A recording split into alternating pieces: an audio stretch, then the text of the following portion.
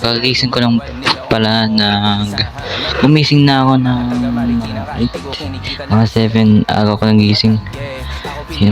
Gising ko lang. Tapos mga 9, hindi ko na ako kasi mamaya mga 11, mga 10:30 punta na ako sa PIAT at mag-exam para sa second day na exam na yun na subject na science at science CPTLE.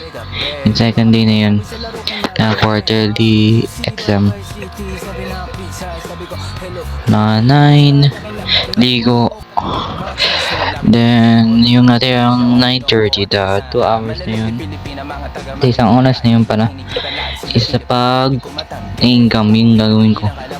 Pag-income, then 10 o'clock doon ako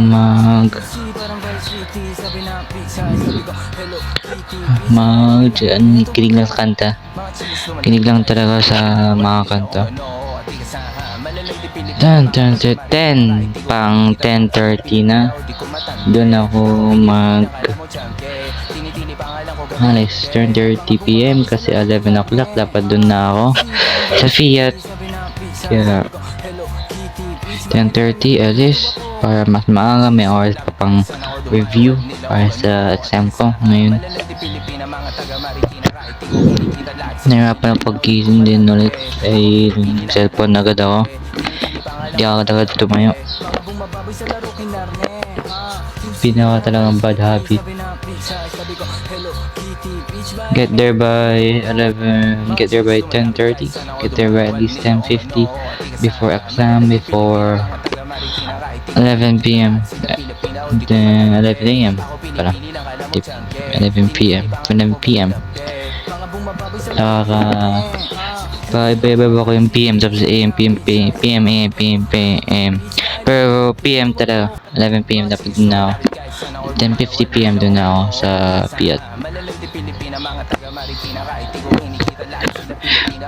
Mga 9, ligo, tapos ligo, bihis, check, get things ready, do income after naayos ko na mga gamit ko. Tapos yun, get things ready, and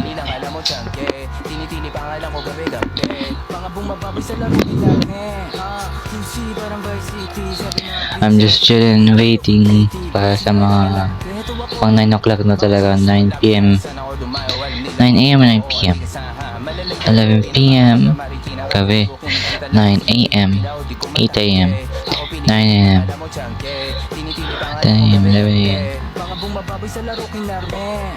It has to be AM, diba? Basta 9 AM, ligo na ako. Just chilling lang sa bahay.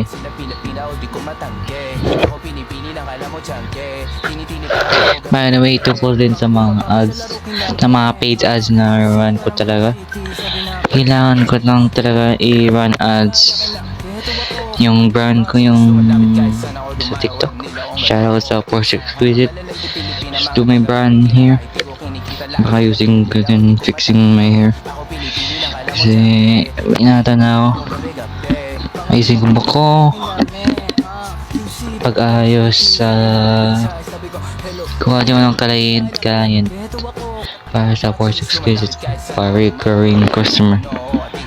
Binibili isang produkto na kailangan ibilin. Binili isang produkto tapos bibili na ulit. Sunod na araw, yun recurring customer.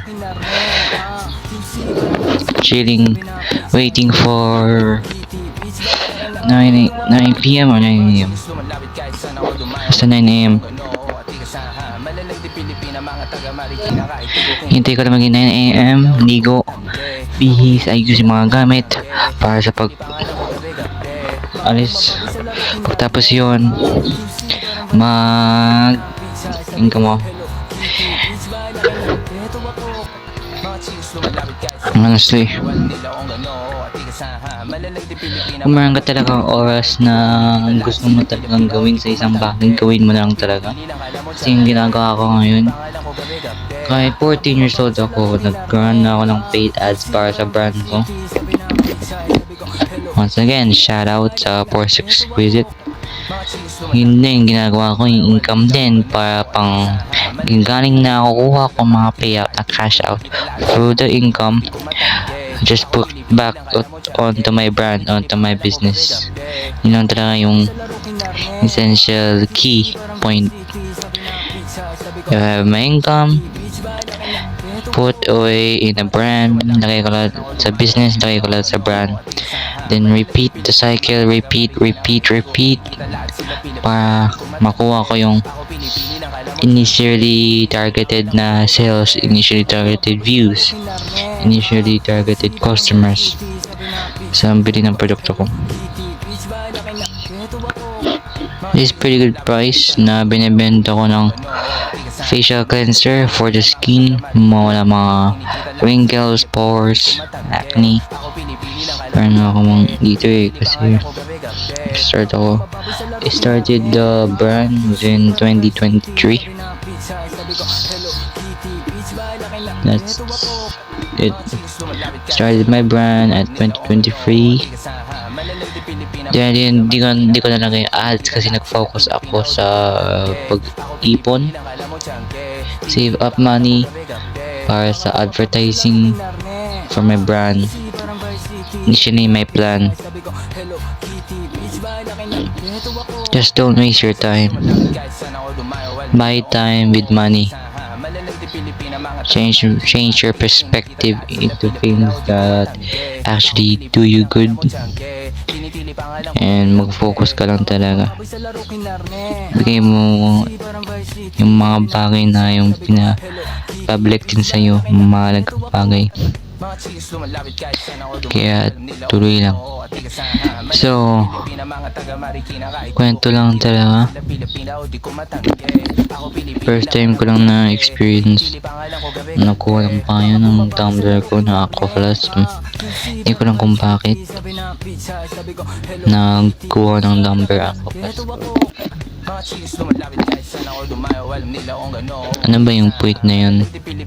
Para ko yung gamit ko tapos ilagay sa isang room. Kasi pag kami naman talaga may ibang focus lang ako. Pero ganun talaga buhay. May nangyayari talaga sa buhay mo na mga point na may nangyayari talaga ganun ang buhay. That's how life or shit happens. Literally, shit happens. There's good and there's the bad. There's shits happen. That's how it is. That's how it is, honestly. Ganun talaga. Ganun talaga yung buhay sa'yo.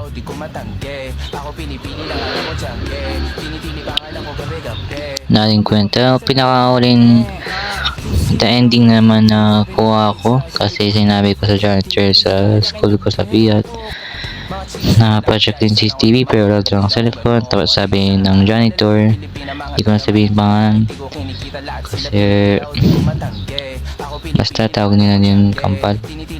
Kay Kampal ba yun? Yung janitor sa Fiat. Sinabi ko kay Kuya Kampal na may wala number sa akin, sa action para di mo ulit. Wala din kwenta, tapos pinag-chichipan lang ako. As doon lang talaga nakalagay bag ko, hindi ko man inaano sa iba-ibang pwesto, sa ibang puan. Hindi ko naman dahilan kung bakit din ang ginawa yun. Yun talaga buhay, alam ko. Yun lang talaga yung mga masamang mangyayari sa buhay mo at mga magandang mangyayari sa buhay mo. Kasi sabi ni God na may masamang talaga na bagay na pwede mangyari o pwede mawala sa'yo. Baka yun. Tapos sa classmate ko si Enriquez, sinabi sa akin na siguro nakuha daw si Clarence at si Amir. Kaya bakit ba? Tapos di ko talaga wala talaga ako pake tungkol sa tumbler ko, sa bahay ko na wala kasi may mapang papalit naman ako sa tumbler na yun at sa Aqua Flash na yun, sa tumbler ko na Aqua Flash at sa payong yun. Pang papalit naman ako, may pera pa naman ako dahil sa pamasko at sa income ko.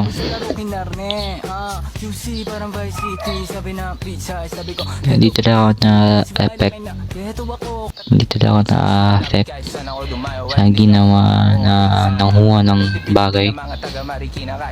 Na-affecto lang talaga sa akin pang yung di ko talaga pwede replace ang telephone ko, account balance ko. Honestly, may money, may pera talaga. Mas may income, di ko din pwede replace.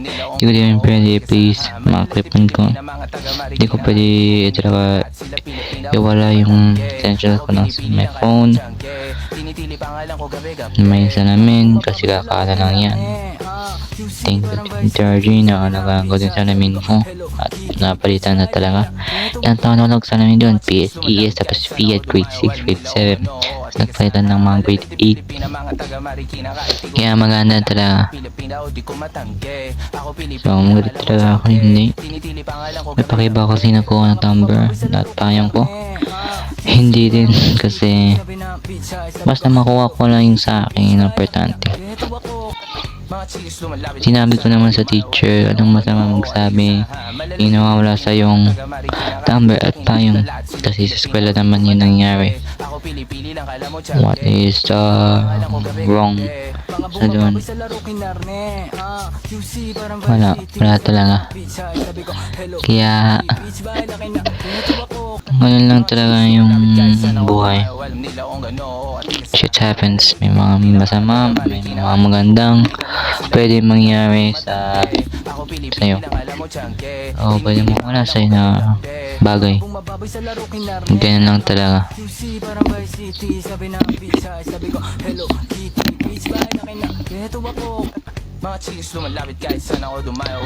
I'm actually happy na kahit ako isang ibon na yun. Pwede ko din ipakita yung results sa 1k na pesos galing sa pamasko lang yun. Sada ko na yun kasi galing lang sa pamasko. Yung mindset lang talaga kailangan maayusin. Kaya ganito akong sitwasyon na yun, ayusin mo lang yung mindset mo. Nasa gagawin talaga kung gusto mo talagang ayusin ang sarili mo. Ayusin mo ang sarili mo kung may gusto ka kang kuwain o gawin sa gusto mo at sa kailangan mo. Huwag ka matakot mag-start ng kahit ano. And kahit ako hindi pinakuli naman, it's all good. Pag di nahanap, pwede replace, may pera pa naman ako. So I'm happy na nakuha. I'm good. Just chill. Just relax. I am just chill man. Who's just working para sa akin and para sa akin. Kasi simula simulang 13 years old ako nagsimula. Doon talaga ako nag-click, doon talaga nag-start yung mindset ko. Doon as a 13 years old dati, tapos na 14 years old and turning 15 in April. Happy ako sa situation ko na ngayon.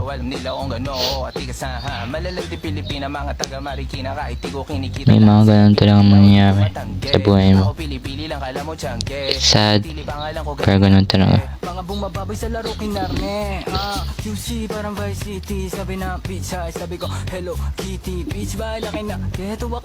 So, yeah. Yung kwento ko sa'yo. So, the people who watch this video, Just focus on my brand. Focus on my brand. Do my income. That's pretty much it. As a 14 years old entrepreneur, just luck. Just luck the fucking, honestly. Save your time. Pwede mo enjoy talaga yung na-enjoy mo yung sarili mo. Enjoy life. Just enjoy fucking life. Enjoy life at my 18s, 19, 20. Kaya lahat to, lahat pinapost to para sa akin, para sa adult version na sarili ko. Saan ka naman napunta, JJ Pogi? Saan napunta ka, JJ?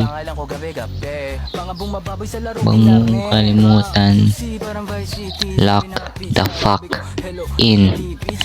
Just lock the fuck in. Get the work, get the hours, lock in. Just fucking lock in. You will fucking made it. You will made it. You will fucking get what you fucking want. Lock the fuck in. And by the way, I actually made results doing running paid ads that most creators actually do through TikTok. If they really want to make their brand or make themselves famous, they just run Spark ads, paid ads, and got some results. Sticking to my plan, just the process. Pang alam mo na yung oras mo na kailangan mong mag-lock in, just lock the fuck in. Yun lang. Lock the fuck in. Alam mo, it's actually your time. It's your age. Does not matter what age you are. Just lock the fuck in. When you have money to buy something, buy it. May pambili ka kotse, bilhin mo. May pambili ka motor, bilhin mo. But just actually lock the fuck in. Anong masama may pangarap? Anong masama may pangarap? Anong masama may gusto? Anong masama sa mga bagay na kailangan mong ma-achieve na pinaghirapan mo? Kanang tao ako, isang tao na naghihirap para sa akin at para sa brand ko. And honestly, I need to bring one of my friends because this is fucking lonely. So yeah. Malalandi Pilipina, mga taga Marikina, kahit di ko kinikita lahat sila Pilipina o di ko matangge. Ako pili-pili lang, kala mo tiyangge. Tinitili pangalan ko gabi-gabi. Mga bumababoy sa laro kinarne. QC parang Vice City. Sabi na pizza, sabi ko Hello Kitty. Beach ba laki na, keto ako.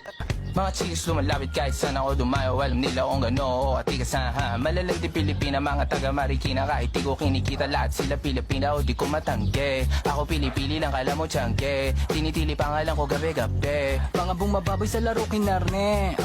QC parang Vice City. Sabi na pizza, sabi ko Hello Kitty. Beach ba laki na, keto ako.